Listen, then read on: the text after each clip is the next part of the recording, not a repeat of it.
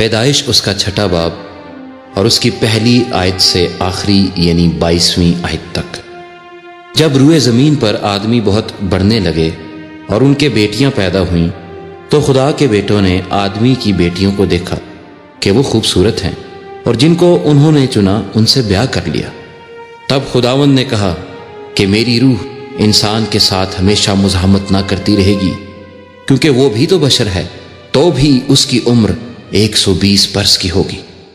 ان دنوں میں زمین پر جبار تھے، اور بعد میں جب خدا کے بیٹے انسان کی بیٹیوں کے پاس گئے تو ان کے لیے ان سے اولاد ہوئی۔ یہی قدیم زمانے کے سورما ہیں جو بڑے نامور ہوئے ہیں۔ اور خداوند نے دیکھا کہ زمین پر انسان کی بدی بہت بڑھ گئی اور اس کے دل کے تصور اور خیال سدا برے ہی ہوتے ہیں۔ تب خداوند زمین پر انسان کو پیدا کرنے سے ملول ہوا اور دل میں غم کیا، اور خداوند نے کہا کہ میں انسان کو جسے میں نے پیدا کیا روح زمین پر سے مٹا ڈالوں گا، انسان سے لے کر حیوان اور رینگنے والے جاندار اور ہوا کے پرندوں تک، کیونکہ میں ان کے بنانے سے ملول ہوں۔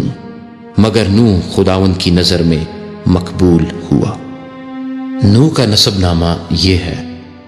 نوح مرد راست باز اور اپنے زمانے کے لوگوں میں بے عیب تھا، اور نوح خدا کے ساتھ ساتھ چلتا رہا، اور اس سے 3 بیٹے سم، حام اور یافت پیدا ہوئے۔ پر زمین خدا کے آگے ناراض ہو گئی تھی اور وہ ظلم سے بھری تھی، اور خدا نے زمین پر نظر کی اور دیکھا کہ وہ ناراض ہو گئی ہے، کیونکہ ہر بشر نے زمین پر اپنا طریقہ بگاڑ لیا تھا۔ اور خدا نے نوح سے کہا کہ تمام بشر کا خاتمہ میرے سامنے آ پہنچا ہے، کیونکہ ان کے سبب سے زمین ظلم سے بھر گئی، سو دیکھ میں زمین سمیت ان کو ہلاک کروں گا۔ تو گوپھر کی لکڑی کی ایک کشتی اپنے لیے بنا، اس کشتی میں کوٹھریاں تیار کرنا اور اس کے اندر اور باہر رال لگانا، اور ایسا کرنا کہ کشتی کی لمبائی 300 ہاتھ، اس کی چوڑائی 50 ہاتھ اور اس کی اونچائی 30 ہاتھ ہو، اور اس کشتی میں ایک روشن دان بنانا اور اوپر سے ہاتھ بھر چھوڑ کر اسے ختم کر دینا، اور اس کشتی کا دروازہ اس کے پہلو میں رکھنا، اور اس میں 3 درجے بنانا، نچلا، دوسرا اور تیسرا۔ اور دیکھ میں خود زمین پر پانی کا طوفان لانے والا ہوں، تاکہ ہر بشر کو جس میں زندگی کا دم ہے دنیا سے ہلاک کر ڈالوں، اور سب جو زمین پر ہیں مر جائیں گے۔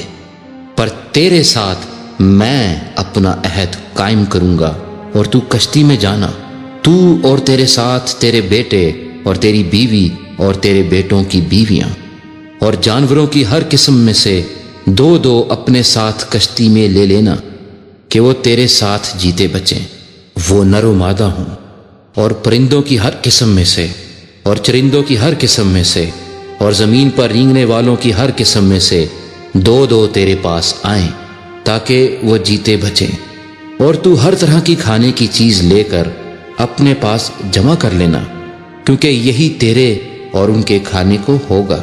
اور نوح نے یوں ہی کیا، جیسا خدا نے اسے حکم دیا تھا ویسا ہی عمل کیا۔